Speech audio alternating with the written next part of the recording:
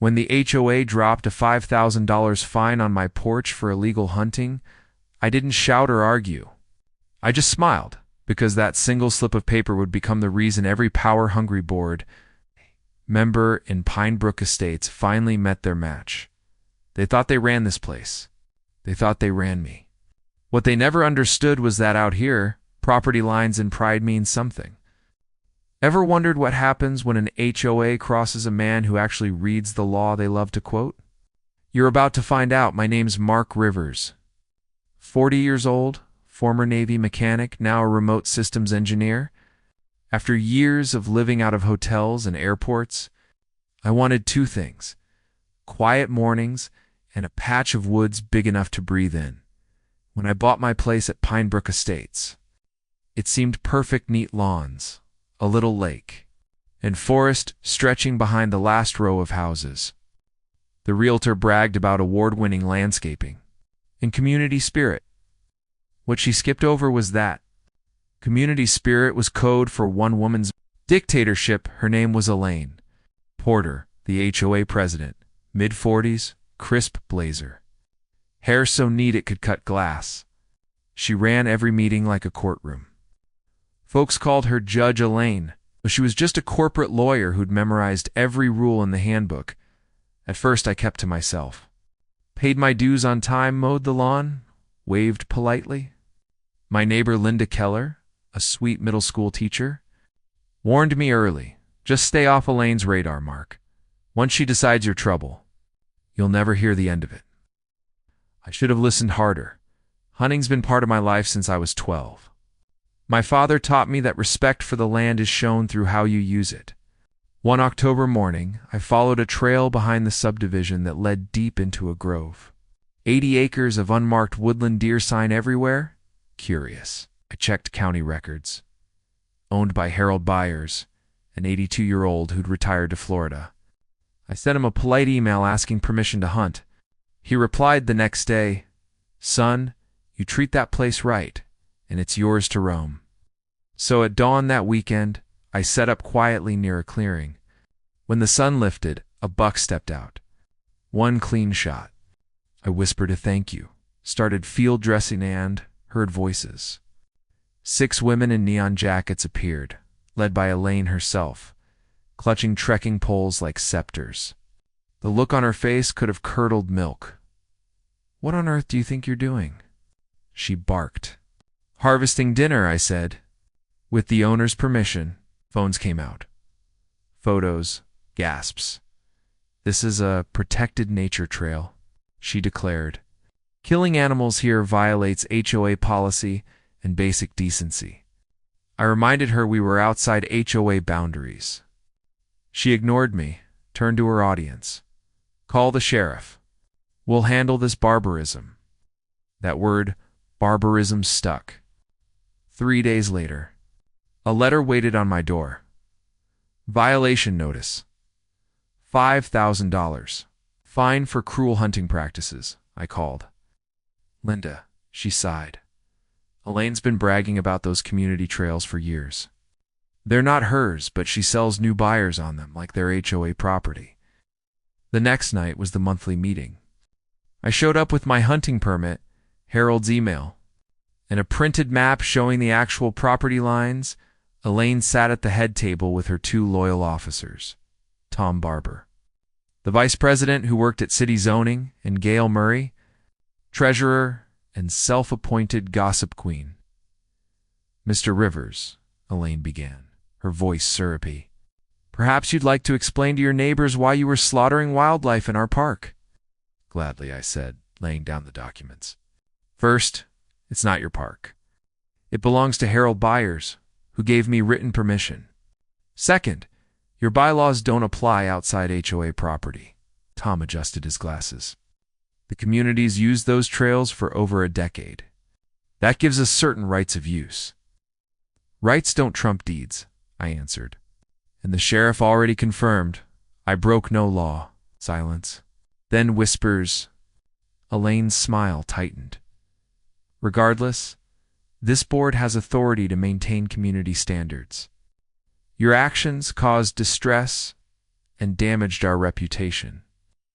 I realized then it wasn't about deer, it was about control.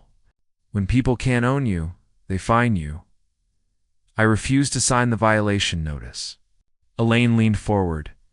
Pay within 30 days or face legal action. The HOA will protect its integrity. I'll protect my rights, I said, gathering my papers. On my way out, I grabbed a pamphlet titled Pinebrook Trails, a community treasure. Inside was a map labeling Harold's entire 80 acres as Pinebrook Nature Reserve. Not a word about private ownership. That night, I called Harold again. He was furious. They've been using my land all this time. I never gave them permission. They even built benches, I told him. I'm too old to deal with this nonsense, he said. Honestly, if you want to buy it, I'd rather sell to someone who respects it. That idea hit me like caffeine. I had savings, an inheritance from my dad, meant for something lasting. Maybe this was it. Within a week, with my attorney Anna Morales, I arranged to purchase the land, while the paperwork moved. Elaine's harassment campaign cranked up. My trash bins violated visibility rules. My pickup obstructed neighborhood harmony. Late fee reminders for the unpaid fine arrived weekly, Linda warned me. She's calling parents at my school, saying you're some dangerous hunter. Be careful. I stayed quiet and documented everything, as Anna advised. Every bully mistakes, silence for surrender. They never see the counterpunch coming. The morning after closing, the title transfer came through. I now owned every inch of the woods Elaine loved to parade through at 9 sharp. She and Tom showed up on my porch, official papers in hand. Elaine spoke like a queen, granting mercy. Mr. Rivers' last opportunity to settle this amicably. Pay the fine today, and we'll withdraw legal action. I set 2 mugs of coffee on the table. Before we talk fines, take a look at this. I slid the freshly stamped deed across. Her expression froze. That can't be right. It's county verified. As of yesterday, I'm the legal owner of the land your nature reserve sits on. Tom blinked. But we've maintained those trails for years. Maintenance isn't ownership, I said. And by the way, your fundraising flyers list my property as public parkland? That's called fraud. Elaine's voice cracked. You'll regret this. The community stands with me, and you might want to warn your community. As of today, all HOA activity on my property ceases. Benches, feeders, signs, remove them within 7 days. She stormed off, heels clicking like gunfire. By evening, the gossip machine was in full swing. My mailbox filled with anonymous notes. Animal killer, leave Pinebrook. Trash left uncollected. Online posts painting me as a lunatic, Linda texted. Elaine's holding a special meeting tomorrow. You're the headline. At that meeting, she tried to turn everyone against me. I didn't attend, but Linda recorded snippets. Elaine called me a threat to community safety. What she didn't mention was her husband's company, Vista Design Group. Listed on city filings as the contractor for something called Porter Nature Park, I found the permit online. Guess whose land the blueprints covered? Mine, that night. Anna reviewed the documents. They've submitted grant applications for improvements on property they don't own. That's misrepresentation, possibly embezzlement if donations were involved. Then let's get proof, I said. Anonymous envelopes began showing up at my door. Inside, copies of HOA emails, budget notes, payment receipts all funneled to Vista Design Group. The sender turned out to be Nancy Griffin, the HOA secretary.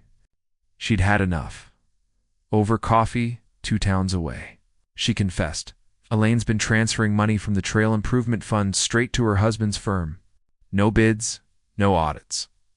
She told us questioning her meant losing our board seats. Nancy slid over a flash drive. Everything's on here. Just promise not to mention my name. With Anna's help, I brought it to Detective Luke Benson at the county sheriff's office. He listened, took notes, and said, if these records check out, this goes beyond HOA squabbles. 2 days later, Elaine doubled down. A crowd gathered outside my house, waving Save Our Trails signs. She posed for cameras like a politician. "This land belongs to the people of Pinebrook," she declared. I quietly filmed everything, every step over my posted no trespassing line. Minutes later, patrol cars rolled up. Detective Benson led them. "Folks, this is private property. Anyone past this line can be arrested for trespassing." The crowd hesitated. Elaine snapped, "You can't silence us." "No one's silencing you, ma'am," Benson said. "Just enforcing the law." When she realized no one was following her, Elaine's voice shrank. She marched off, muttering about injustice. That night, Benson called. "Mark, we've opened a formal investigation. Keep your gate locked." Within a week, subpoenas went out. Benson found $70K routed from HOA accounts to Vista, its design group identical to the files Nancy gave us. The next HOA meeting was chaos. Elaine tried to call order, but residents shouted questions. "Where's the money, Elaine? Why didn't we know the land wasn't ours?" Tom finally broke ranks. The day Elaine was led out of that meeting hall in handcuffs, Pinebrook Estates felt quiet. No self-righteous emails, no warning letters. For the first time since I'd moved there, birds were louder than bureaucracy. But peace never lasts long when someone like Elaine Porter still believes she's the hero of her own story. 3 mornings later, a thick envelope arrived from the county prosecutor's office, an official request for a statement. My attorney, Anna, told me the investigation had expanded to include fraud, embezzlement, and misuse of HOA funds. Apparently, Vista Design Group wasn't just a side hustle. It had funneled over $70,000 in community donations into consulting. Fees that paid for vacations and kitchen renovations at Elaine's house. When greed hides behind community values, it always thinks it's safe until paperwork catches up. Neighbors began knocking on my door, people who had once crossed the street to avoid me. Linda came first. "Holding 2 mugs of coffee? You really did it," she said. "You pulled the rug right out from under her." "She did that herself," I replied. "I just made sure everyone saw the mess." Others followed. Retirees, young couples, even Tom Barber's wife. He quietly returned one of my no trespassing signs they'd torn down. "Tom's a wreck," she whispered. "He says Elaine bullied him into everything."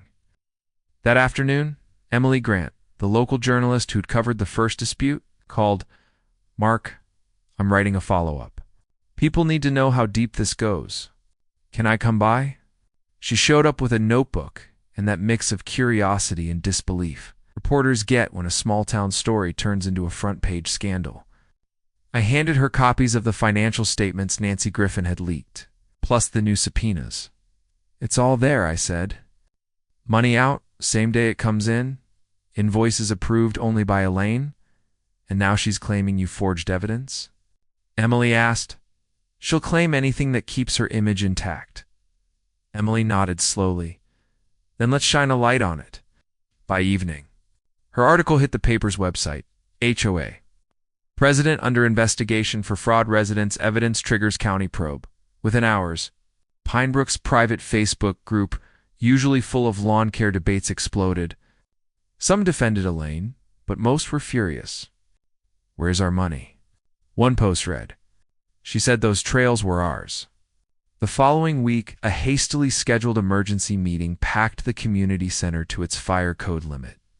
No podium speeches, no fancy graphics, just tired faces demanding answers. Tom Barber stood up first. "I resign," he said simply. "I believed Elaine when she said everything was legal. I was wrong." Then Gail Murray, the treasurer, confessed that the board hadn't seen real bank statements in over a year. She'd signed whatever Elaine placed in front of her. When someone shouted, "Where's Elaine now?" Gail hesitated. "She's out on bail." Murmurs rippled across the room. Fear travels fast in neighborhoods built on appearances. I stayed in the back, arms folded. It wasn't triumph I felt, it was exhaustion. Years of control, gossip, and fear were unraveling. And everyone was seeing it all at once. Linda took the microphone. "Maybe it's time we remember this community isn't supposed to be a kingdom," she said. "We can rebuild without the fear." Applause broke out. real, spontaneous. It sounded like freedom. Detective Benson kept me updated quietly. We traced multiple transfers. He said one night over the phone, Elaine's husband used HOA funds to pay property taxes on their lake house. We also found deleted emails between her and a city official discussing permit approvals. What happens next? Once the DA finishes the financial audit, formal charges, you might be called as a witness. Meanwhile, Elaine's supporters, what few remained, turned aggressive online. Anonymous posts called me a manipulative outsider. Someone spray-painted traitor on my mailbox. I didn't bother cleaning it. I wanted them to see how absurd it looked against the quiet woods behind me. When truth threatens comfort, people lash out at the one who spoke it. 2 weeks later, a flyer appeared in every mailbox. Community trail walk this Saturday. Reclaim our land. Same tone, same arrogance. Elaine's handwriting disguised under slogans like unity over tyranny. Anna warned me, it's bait. Don't engage. Just document. Did more than document, I prepared. With Benson's help, we placed small wildlife camera traps along the trail entrances. I also had my new conservation reserve permit posted at each gate. Legally, crossing that line would carry real penalties. Saturday morning came bright and cool. Families gathered at the entrance, some angry, others just confused. Elaine arrived last, wearing designer hiking gear and a smile that didn't reach her eyes. "Morning, Mark," she called, loud enough for cameras. "You can't keep what belongs to everyone." I stayed calm. This land belongs to whoever's name is on the deed. Right now, that's mine. She waved her followers forward. Let's show him what community looks like. Before anyone could move, 3 sheriff's cruisers pulled up. Benson stepped out, badge glinting. "Morning, folks. This area is private conservation property. Any unauthorized entry will be considered trespassing." The crowd froze. Elaine's face drained of color. "You can't arrest all of us." "We don't need to," Benson said quietly. "Just the organizer." The crowd melted away, murmuring apologies as they left. Elaine shouted after them, "Cowards. I built this neighborhood." "That's your problem," I said softly. "You built power, not community." Months later, the case went to court. I wasn't the star witness. The document spoke louder than I ever could. Still, the prosecutor asked me to recount how it all started with that $5,000 fine. Standing there, facing Elaine across the courtroom, I almost felt sorry for her. Almost her defense blamed clerical confusion and miscommunication. The jury didn't buy it. In the end, she pled guilty to embezzlement and wire fraud, accepting a suspended sentence, repayment of $100,000, and a 10-year ban from serving on any nonprofit or HOA board. Her husband received probation.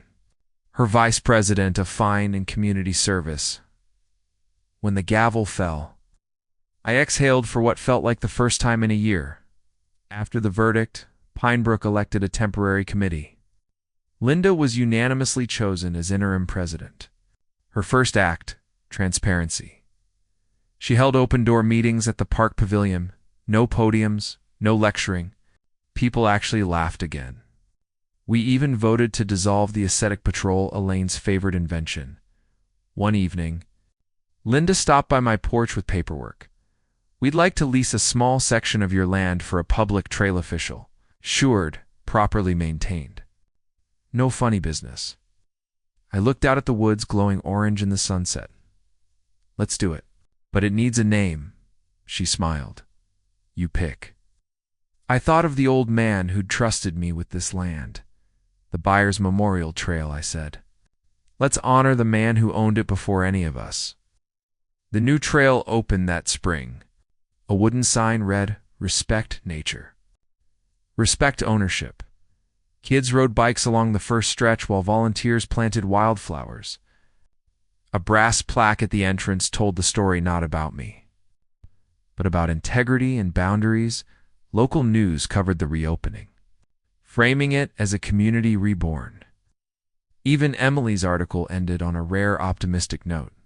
Sometimes justice doesn't rustles quietly through the pines. I kept one copy framed in my workshop. Months passed. The Porters sold their house and vanished from the county. Rumors said Elaine took a job in another state, far from any HOA charter. As for me, still wake up early, brew strong coffee, and step onto that porch with my dog curled at my feet. The flag flaps gently above the rail. Out past the fence line, the trail winds through the trees where this whole thing began. Funny how the same woods that started a war became the place. I found peace again. Sometimes I still meet new neighbors on the trail. They ask about the old stories. I tell them just enough, then remind them every rule should serve the people, not the other way around.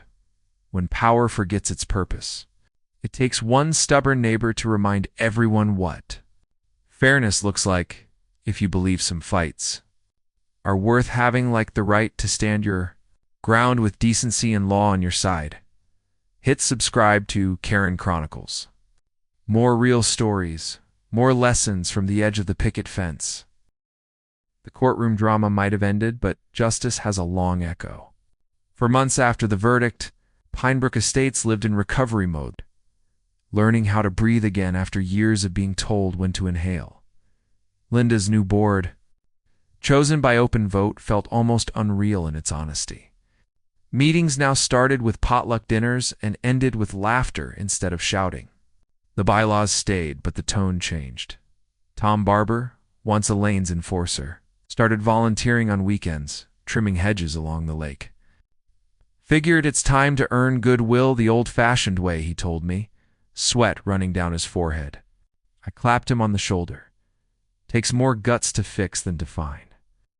Even Gail Murray, the gossip treasurer, made amends. She coordinated a financial workshop so neighbors could finally understand where dues went. Sunlight keeps books honest, she said with a grin. It was strange seeing the same people who'd once avoided eye contact now waving from across the street, bringing casseroles, asking about fishing. Maybe guilt can build bridges if you let it. One night over coffee on my porch, Linda mentioned the restitution money. Elaine had repaid nearly $75,000. We could use it for trail maintenance, she said, or something better.